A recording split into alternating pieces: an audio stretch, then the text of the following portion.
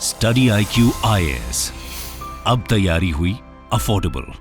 नमस्कार दोस्तों, कल केरला से एक बहुत ही चौंकाने वाली खबर सामने आई। बताया जा रहा है कि ब्रेन ईटिंग अमीबा की वजह से एक 15 साल के बच्चे की मृत्यु हुई है। ये आप देख सकते हो, Kerala teenager dies of lethal brain eating amoeba. तो ये ब्रेन ईटिंग अमीबा होता क्या है? आई एम श्योर कि आप में से बहुत से लोग पहली बार इसके बारे में सुन रहे होंगे। तो सिम्टम्स क्या होते हैं, क्या कोई ट्रीटमेंट है इससे रिलेटेड, ये किन में ज़्यादा स्प्रेड हो सकता है, कौन से कंडीशन में हो सकता है, काफ़ी जरूरी है आप सभी के लिए जानना, स्पेशली आपके एग्जाम पॉइंट ऑफ व्यू से भी। चलिए आगे बढ़ते हैं, लेकिन उससे पहले ध्यान रखिएगा, कल से हमारा जो प्रीलिम्स टू इंटरव्यू बैच है, मतलब ऐसा बैच जिसके अंदर आपको कुछ भी और लेने की आवश्यकता नहीं है, प्रीलिम से लेकर इंटरव्यू तक की पूरी तैयारी कराई जाती है। 3 लाइव बैच कल सुबह से स्टार्ट हो रहे हैं, प्योर इंग्लिश, प्योर हिंदी और इंग्लिश बैच। इसको ज्वाइन करने के लिए हमारे वेबसाइट ऐप पर जाइए या फिर कमेंट सेक्शन में इसका लिंक है, वहां पर जाकर यूज करना है कोड अंकित लाइव, ताकि आपको मैक्सिमम डिस्काउंट मिले। इसके अंदर आपको सभी लाइव क्लासेस मिलेंगे, पर्सनल मेंटर अलॉट किया जाता है, रिवीजन टेस्ट होगा, सब कुछ मिल जाएगा। और इसके अलावा अगर आप एमसीक्यूज अटेम्प्ट करना चाहते हैं तो मेरे इंस्टा पेज पर जा सकते हैं, वहां पर स्टोरीज में जितने भी एमसीक्यूज हैं उसको आप अटेम्प्ट कर पाएंगे। चलिए शुरुआत करते हैं और सबसे पहले ये देखते हैं कि एग्जैक्टली हुआ क्या है। देखिए, ये आप देख रहे हो केरला का मैप है और यहां पर एक डिस्ट्रिक्ट है। मुझे लगता है कि कई बार मैंने वीडियोस बनाया है और कई बार ऐसे वायरस आते हैं, बैक्टीरिया आता है, जो कि ज्यादातर आपको केरला का ये जो मिडिल वाला साइड है, स्पेशली ये वाला जो डिस्ट्रिक्ट आप देख रहे हो अलपुझा, वहां पर कई बार देखने को मिला है। और इस बार भी जो केस है वो अलपुझा डिस्ट्रिक्ट से ही आया है, जहां पर 15 साल का लड़का था और पिछले एक हफ्ते से उसको हाई फीवर हो रखा था। उसकी जो शरीर के अलग अलग चीजें हैं वो लगातार डिटोरिएट हो रहे थे। इसको देखते हुए फाइनली खबर यह आती है कि उसकी मृत्यु हो गई है। और यह मृत्यु किसकी वजह से हुई है? यह हुआ है नेग्लेरिया फॉलेरी, ठीक है, जिसको कहा जाता है ब्रेन ईटिंग अमीबा। मैं आपको आगे बताऊंगा इसके बारे में डिटेल से, नेग्लेरिया फॉलेरी। लेकिन ध्यान रखिएगा, यहां पर बताया यह जा रहा है कि जो लड़का था 15 साल का, वो अपने घर के पास कोई छोटी नदी होगी, वहां पर नहाया करता था, ठीक है। तो लाइकली हो सकता है, मतलब ज्यादातर यही बताया जा रहा है, क्योंकि वो अपने पास के नदी में कहीं पर नहाता होगा, वहीं से उसी नदी से जो अमीबा है ये वाला, वो उसके बॉडी में एंटर कर गया और ये जो ब्रेन ईटिंग अमीबा है उसकी वजह से ये मृत्यु हो गई। क्योंकि ये जो मैंने आपको बताया नेग्लेरिया फॉलेरी, ये नेचुरल एनवायरनमेंट में ही पाए जाते हैं, स्पेशली वार्म वाटर बॉडीज, जो कि वार्म वाटर वाले पॉन्ड्स होते हैं, बॉडीज होते हैं, वहां पर ये ज्यादातर पाए जाते हैं। लेकिन एक चीज आपको ध्यान रखना है, आपके एग्जाम पॉइंट ऑफ व्यू से भी इंपॉर्टेंट है, कि सलाइन कंडीशन में ये नहीं पाए जाते, मतलब वो वाटर जो कि खारा है। तो ऑब्वियस सी बात है, जो समुद्र का पानी है वो खारा होता है, तो उसके अंदर आपको ये अमीबा देखने को नहीं मिलेगा। So it mainly survives on bacteria found in the sediments in lakes and rivers। जो lakes and rivers हैं, warm water है, अक्सर वहां पर देखने को मिलता है। यहां पर एक्सपर्ट्स का ऐसा मानना है कि ये जो नेग्लेरिया फॉलेरी है, ये काफी लंबे समय से एग्जिस्ट करता है नेचर के अंदर, लेकिन इसका जो इन्फेक्शन है वो बहुत ही रेयर होता है। मतलब ऑल्दो हमारे एनवायरमेंट में पाए जाते हैं, लेकिन किसी पर्सन को डिजीज हो जाए, नेग्लेरिया फॉलेरी हो जाए, वो चांसेस बहुत कम होता है। जैसे कि मैं आपको एग्जांपल बताता हूं, पिछले साल दिसंबर में एक केस आया था जिसमें साउथ कोरिया के अंदर एक आदमी था 50 साल का, उसको यह हुआ। फिर इसके अलावा यूएस के अंदर फ्लोरिडा में बताया जाता है कि मार्च के महीने में इसी साल यहां पर एक पर्सन को यह हुआ और उसकी भी मृत्यु हो गई। यहां पर बेसिकली क्या है कि जो कंसल्टेंट है, सीनियर कंसल्टेंट है इंद्रप्रस्थ अपोलो हॉस्पिटल में, उनका कहना है कि इसका एग्जैक्ट रीजन कि आखिरकार ये इंफेक्शन होता कैसे है, वो अभी भी पूरी तरह से साइंटिस्ट ने पता नहीं लगा पाए हैं। हाउएवर यहां पर उनका यही कहना था कि जो वार्म वाटर टेम्परेचर होता है, स्पेशली समर मंथ्स के दौरान, उसमें इस अमीबा की ग्रोथ काफी तेजी से होती है। और इस तरह का कंडीशन ऑब्वियस ही बात है भारत में आपको देखने को मिलेगा,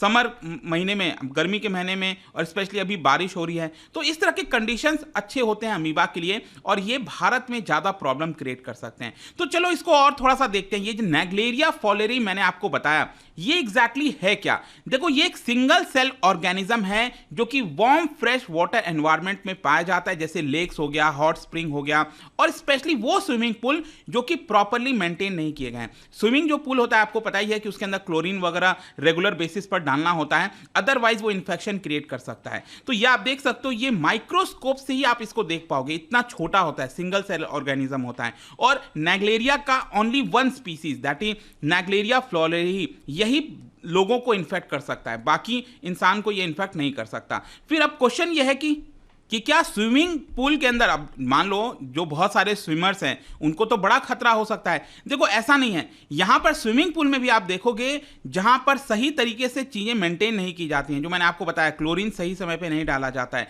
उसको पुअरली मेंटेन किया जाता है, तो बहुत रेयर इंस्टेंस में ही आपको स्विमिंग पूल, बाकी के जो सर्फ पार्क्स हो गए, रिक्रिएशनल एक्टिविटीज हो गई, आपने देखा होगा वाटर पार्क्स वगैरह होते हैं, लोग एंजॉय करने जाते हैं, तो वहां पर भी हमें देखना चाहिए कि क्या वहां पर चीजें मेंटेन की जा रही हैं कि नहीं। अगर मेंटेन हो रहा है तो कोई दिक्कत नहीं है, ठीक है, और मेंटेन इनकेस नहीं भी होता है तो भी रेयर केसेस में ही इस तरह से हमारे ये बॉडी के अंदर एंटर करते हैं। तो जैसे कि मान लो अगर ऐसा स्विमिंग पूल है जिसके अंदर ये अमीबा है और आप उस स्विमिंग पूल के अंदर गए और वो अमीबा क्या करेगा, आपके नाक के थ्रू बेसिकली, ठीक है, नोज के थ्रू हमारे ब्रेन में एंटर कर जाता है, और ब्रेन में एंटर करने के बाद ये बहुत ज्यादा सीवियर हो जाता है और फैटल ब्रेन इंफेक्शन होता है, जिसको कहा जाता है PAM।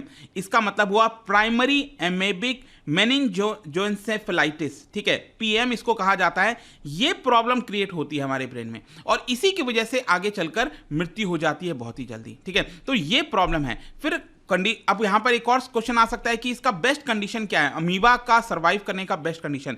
देखो ज्यादातर ये 46 डिग्री सेल्सियस के अबव वाले जो टेम्परेचर होते हैं उसमें ये पाए जाते हैं। तो वार्म वाटर टेम्परेचर हो गया, समर महीने में मैंने आपको बताया, गर्मी के सीजन में ये होता है, और स्विमिंग पूल वगैरह मैंने आपको बता ही दिया, और स्पेशली जो लोग उस स्विमिंग पूल में जंप करते हैं तो नाक के थ्रू एंटर कर जाता है। क्वेश्चन यहां पर आपके मन में ये भी आना चाहिए कि मान लो अगर किसी पर्सन को इन्फेक्ट हो गया, अगर किसी को हो गया ये डिजीज, तो उस केस में क्या ये दूसरे पर्सन को भी फैला सकता है। जैसे कि कोविड के दौरान हमने देखा एक पर्सन से दूसरे पर्सन में फैल रहा था, लेकिन क्या ये भी फैलाता है? नहीं, मैं आपको बता दूं ये 1% से अनदर पर्सन में नहीं फैलता है। ऑल्दो यहां पर हमें प्रिकॉशंस लेने की जरूरत होती है, लेकिन स्टिल हमें ध्यान रखना चाहिए अभी तक ऐसा कोई केस नहीं आया है जिसमें एक पर्सन से दूसरे पर्सन के अंदर ये फैल सके। और इसमें याद रखिएगा जुलाई से सितंबर, ये जो महीना होता है ना जुलाई से सितंबर का, इसके दौरान ही ज्यादातर देखने को मिलता है, और ये अभी जून जुलाई का ही महीना चल रहा है, तो मोस्ट प्रॉब्ली इसी की वजह से हुआ है जो केरला वाला भी इंसिडेंट हुआ था। अब क्वेश्चन ये है कि प्रिवेंशन मेजर्स क्या होने चाहिए। देखो प्रिवेंशन आप क्या लोगे, जब बोला जा रहा है कि ये वार्म वाटर में होता है, तो जो भी वाटर बॉडीज हैं गर्मी के समय, जो कि नदी वगैरह अगर कोई वहां पर नहाने जाता है रूरल एरियाज वगैरह में कहीं पर भी, तो वहां पर अगर वार्म वाटर है तो वहां पर यूजुअली नहीं नहाना चाहिए, ठीक है। तो एक तो ये हो गया। उसके अलावा जो मैंने आपको बताया स्विमिंग पूल वगैरह का ध्यान रखना चाहिए कि क्या सही तरीके से क्लोरीन वगैरह डाला जा रहा है कि नहीं। और फिर जो लोग वाटर का इस्तेमाल करते हैं तो उन लोग को स्पेशली जो है स्टेराइल वाटर के थ्रू अपने नाक को साफ करना चाहिए, जो नसल होता है पूरा उसको साफ करने की कोशिश करनी चाहिए, तो यहां पर रिस्क कम हो जाता है। लेकिन अब क्वेश्चन ये है कि कौन कौन से लोग रिस्क में होते हैं। देखो यहां पर मैंने आपको बताया कि human body is generally vulnerable to Naegleria fowleri, but ये काफी रेयर होता है। तो यहां पर ज्यादातर वो फैक्टर्स, जैसे कि मान लो किसी का इम्यून सिस्टम वीक है, ठीक है, फिर किसी को साइनस का इशू है ऑलरेडी, उसका हिस्टोरिकल नस्ल में प्रॉब्लम है, या और जो लोग वार्म फ्रेश वाटर से ज्यादा एक्सपोज होते हैं, तो वो लोग ज्यादातर लोगों को रिस्क होता है। फिर नेक्स्ट क्वेश्चन ये भी आपके मन में आएगा कि सिम्टम्स क्या। मान लो अगर कोई गया, अगर उसको अमीबा एंटर कर गया उसके बॉडी में, तो कब तक उसको पता चलेगा, सिम्टम्स क्या सामने आएंगे। देखो एक बार ये ब्रेन में एंटर कर गया, मैंने आपको बताया, उसकी वजह से PM का कंडीशन क्रिएट हो जाता है, एंड ये बेसिकली क्या करता है, हमारे ब्रेन में जलन महसूस करता है, जो इन्फ्लेमेशन जिसको कहते हैं ना, वो कॉज करता है, और ब्रेन टिश्यूज धीरे धीरे डिस्ट्रॉय होने लग जाते हैं हमारे ब्रेन के अंदर, ठीक है। तो ये जो सिम्टम है ना, वो हमें लगभग एक हफ्ते के बाद पता लगना स्टार्ट हो जाता है। अगर अमीबा एंटर कर गया हमारे बॉडी में, ब्रेन में, तो ये एक हफ्ते के बाद स्टार्ट हो जाएगा, और जैसे सीवियर हेडेक होने लगेगा, फीवर हो गया, जैसे ये लड़के को हो रहा था एक हफ्ते से, नोजिया हो गया, वॉमिटिंग हो गया, नेक जो है वो स्टिफ हो जाती है, कंफ्यूजन होता है, हेल्यूसिनेशंस जैसा लगता है यहाँ पर, तो ये सारे प्रॉब्लम होते हैं। और जैसे जैसे इन्फेक्शन प्रोग्रेस करता है, जो पेशेंट है वो कोमा की तरफ धकेल जाता है, और अल्टीमेटली उसकी मृत्यु हो जाती है। यहां पर एक और क्वेश्चन आना चाहिए आपके मन में कि इसके सर्वाइवल के चांसेस क्या होते हैं। मान लो अगर किसी को इन्फेक्ट हो गया तो क्या वो बच सकता है। देखो कितने चांसेस हैं, मैं आपको बता दूं, बहुत कम चांसेस हैं। हमें कोशिश करना चाहिए कि ये एंटर ना करे बॉडी में, लेकिन एक बार एंटर कर गया तो 97% डेथ रेट हमें देखने को मिलता है। आप समझ सकते हो कितना ज्यादा ये खतरनाक हो सकता है अगर ये एंटर कर गया। एंटर करना एक मुश्किल है, लेकिन एक बार एंटर कर गया तो ये प्रॉब्लम क्रिएट हो जाएगा। फिर चांसेस ऑफ सर्वाइवल अनफॉर्चुनेटली बहुत ज्यादा लो है, ऑल्दो यहां पर एंटी फंगल जो मेडिकेशन हो गया, सपोर्टिव केयर हो गया, वो सब देने के बावजूद भी यहां पर अगर आप अर्ली डायग्नोसिस भी कर लेते हो, अर्ली आपको पता भी चल जाता है, तो भी उस केस में सर्वाइव करना बहुत मुश्किल है। इसका ट्रीटमेंट क्या है मैं आपको बता दूं, यूएस बेस्ड जो सेंटर फॉर डिजीज कंट्रोल है उन्होंने रिकमेंड किया है कॉम्बिनेशन ऑफ ड्रग्स, जैसे कि एम्फोटेरिसिन बी हो गया, एजिथ्रोमाइसिन हो गया, रिफम्पिन हो गया, इस तरह के कई सारे। इसमें सबसे लेटेस्ट ड्रग है वो है आपका माल्टेफोसिन, ठीक है। तो ये जो ड्रग्स हैं ये कैसे पता चला, देखो क्या हुआ, लेबोरेटरी में इसका टेस्ट किया गया और पाया गया कि जो नेग्लेरिया फॉलेरी है उसको ये किल कर देते हैं इस तरह के ड्रग्स। तो ये कॉम्बिनेशन ऑफ ड्रग्स सजेस्ट किया जाता है डॉक्टर्स के द्वारा और यही यहां पर प्रोवाइड किया जाता है। कोई एक अलग से स्पेसिफिक नहीं है, जो ऑलरेडी एग्जिस्टिंग डिजीज थे उनके जो ड्रग्स हैं वही अप्लाई किए जाते हैं। और ये पूरा वीडियो था, आई होप कि आपको समझ में आया होगा। और जाने से पहले एक इंटरेस्टिंग क्वेश्चन, क्या आप बता सकते हो कि इनमें से कौन सा डिजीज है जो कि बैक्टीरिया की वजह से होता है? ये 3 डिजीज के नाम लिखे हैं, प्लेग, टाइफॉइड और मलेरिया। इनमें से कौन कौन सा है जो कि बैक्टीरिया की वजह से होता है? इसका राइट आंसर आप सबको पता है, मेरे इंस्टाग्राम पर तो मिलेगा ही। वहां पर अगर आप नहीं हो कोई बात नहीं, टेलीग्राम से ले सकते हैं इसका सही उत्तर। मैं कई सारे जो एमसीक्यूज हैं वो यहाँ पर स्टोरीज में डाला करता हूं। बाकी अगर आपको पीडीएफ ये तो टेलीग्राम पर आइए, अलग अलग सोशल मीडिया पर आप जुड़ पाओगे। और जैसा मैंने बताया था, यूपीएससी की अगर आप तैयारी कर रहे हो, just use the code Ankit live to get maximum discount. And I hope कि वीडियो आपको पसंद आया होगा। मिलता हूं next time, till then thank you very much, see you soon. Study IQ IAS, अब तैयारी हुई अफोर्डेबल।